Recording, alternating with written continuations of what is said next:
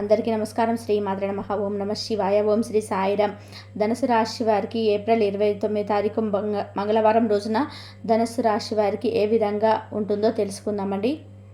ధనుసు రాశి వారికి ఏం శుభం జరుగుతుంది, ఏం అశుభం జరుగుతుంది అన్నటువంటి అంశాలను ఇప్పుడు మనం ఈ వీడియోలో స్పష్టంగా తెలుసుకుందాం. వీడియోని ఎక్కడ కూడా స్కిప్ చేయకుండా చివరి వరకు చూడండి.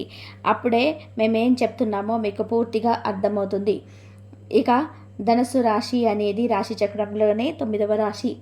మూలా నక్షత్రం 1, 2, 3, 4 పాదాలు, పూర్వాషాఢ 1, 2, 3, 4 పాదాలు, ఉత్తరాషాఢ 1వ పాదంలో జన్మించిన వ్యక్తులన్నిటి ధనుసు రాశిగా పరిగణించబడుతుంది. ఈ రాశ్యాధిపతి వచ్చేసి గురువు మరియు బృహస్పతి. ఇక ఈ రాశిలో జన్మించినటువంటి వ్యక్తులకి ఈ సమయంలో గోచారం అయితే చాలా అంటే చాలా అనుకూలంగా ఉంది అని చెప్పుకోవచ్చు. ఈ రాశిలో జన్మించినటువంటి వ్యక్తుల యొక్క వ్యక్తిత్వం చాలా బాగుంటుంది కూడా. అలానే ఈ రాశి వారు అందరినీ కూడా తమ సొంత వారిలాగా భావిస్తూ ఉంటారు. మన అన్నటువంటి భేదాన్ని అస్సలు కూడా చూపరు అని గుర్తుపెట్టుకోండి. ఎవరైనా ఆపదలో ఉన్నా సరే వెంటనే ఆదుకునేటువంటి లక్షణాలను కూడా కలిగి ఉంటారు ఈ రాశివారు.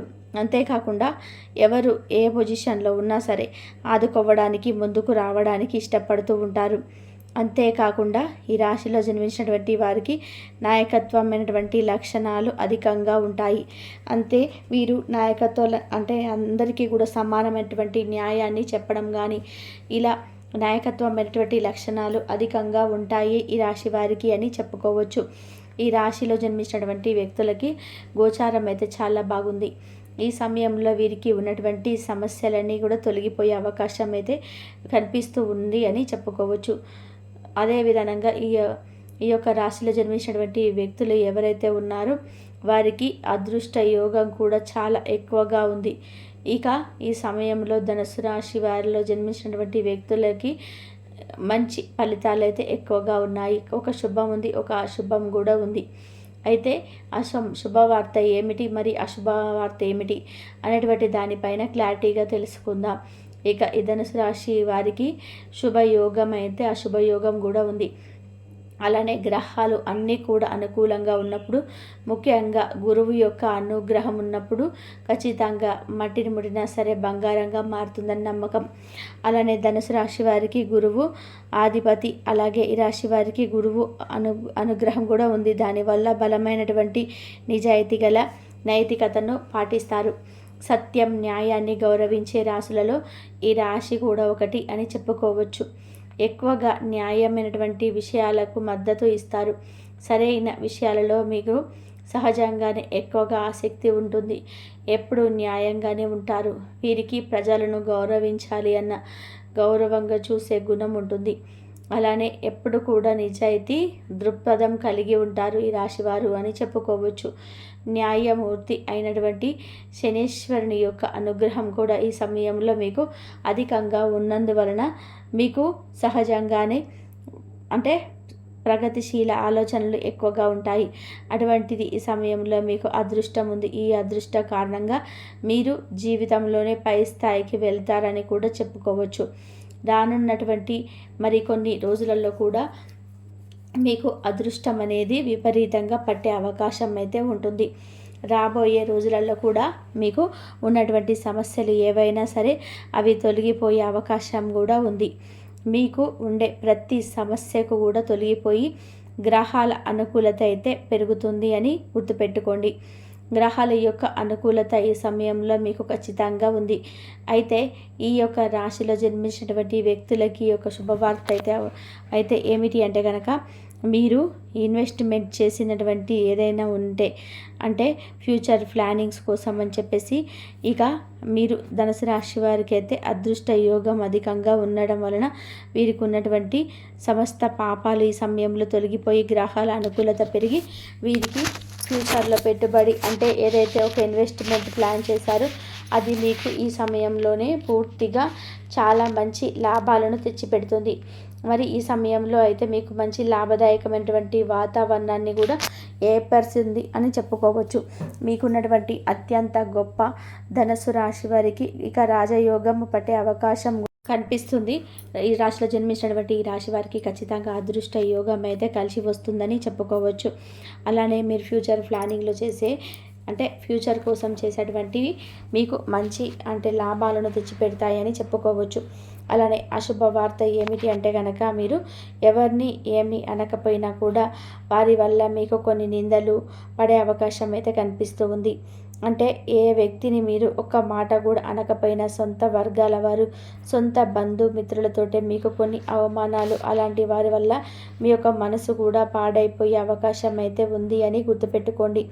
ఇలా మీకు కొంతమంది వల్ల కూడా మీకు అంటే మీరు ఏమి అనకపోయినా ఎవరిని ఏమి కూడా అనకపోయినా కూడా వారు మిమ్మల్ని కొద్దిగా బాధ పెట్టే అవకాశం అయితే ఉండే అవకాశాలు కూడా చాలా కనిపిస్తూ ఉన్నాయి. వీరిని ఎవరిని ఏమీ అనకపోయినా ఇతరులే మిమ్మల్ని ఏదో ఒకటి అనడము, ఏదో ఒక విధానంగా మిమ్మల్ని బాధ పెట్టడం వంటివి జరుగుతూ ఉంటాయి. తద్వారా మీకు సమస్యలు వస్తూ ఉంటాయి. అలాగే బాధపడుతూ కూడా ఉంటారు. ఎవరిని ఏమీ అనకపోయినా సరే ఎందుకు ఇలా జరుగుతుంది అనేటువంటి ఒక క్వశ్చన్ మార్క్ అయితే మీకు వచ్చే అవకాశం కనిపిస్తుంది. కనుక వీరు ఎలాంటి భయపడవలసినటువంటి అవసరం లేదు. ఏ విధంగా కూడా బాధపడవలసినటువంటి అవసరం కూడా లేదు.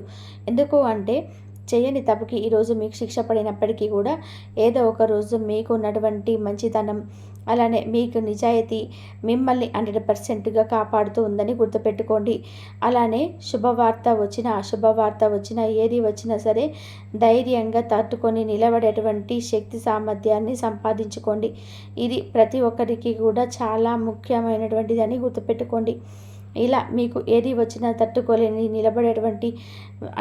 నిలబడేటువంటి తత్వాన్ని కూడా మీరు కానీ సంపాదించుకున్నట్లయితే మీకు ఖచ్చితంగా బాగుంటుంది. ఎప్పుడు కూడా మీకు చాలా సంతోషంగా ఉంటారు.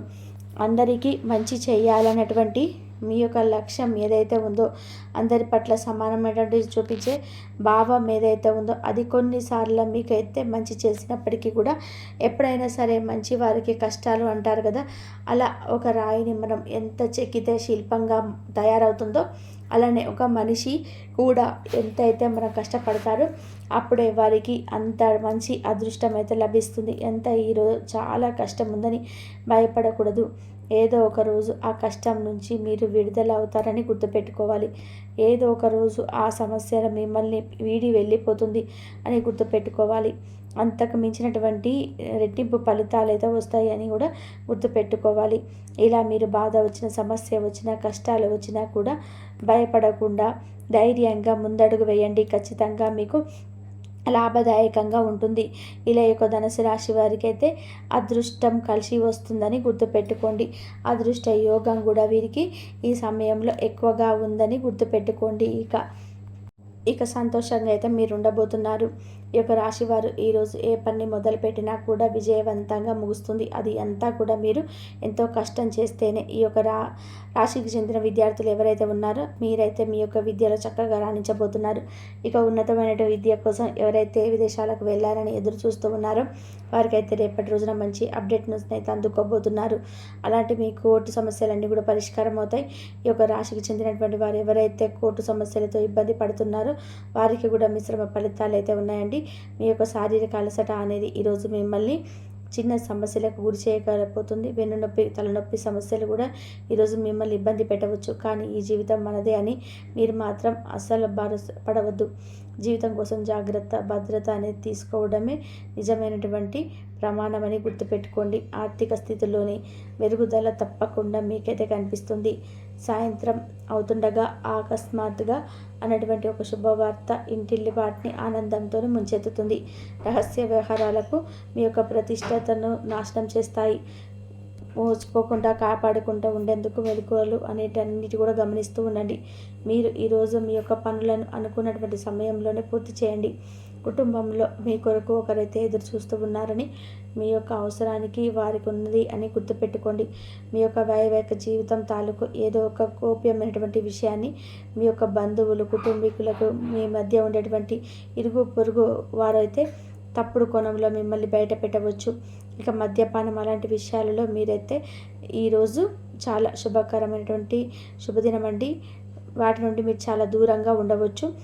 వైట్ తాగడం అంటే ఆరోగ్యానికి భద్ర శత్రువు అని గుర్తుపెట్టుకొని ఇది ఒక మీ సామర్థ్యాన్ని కూడా నిరోధిస్తుంది.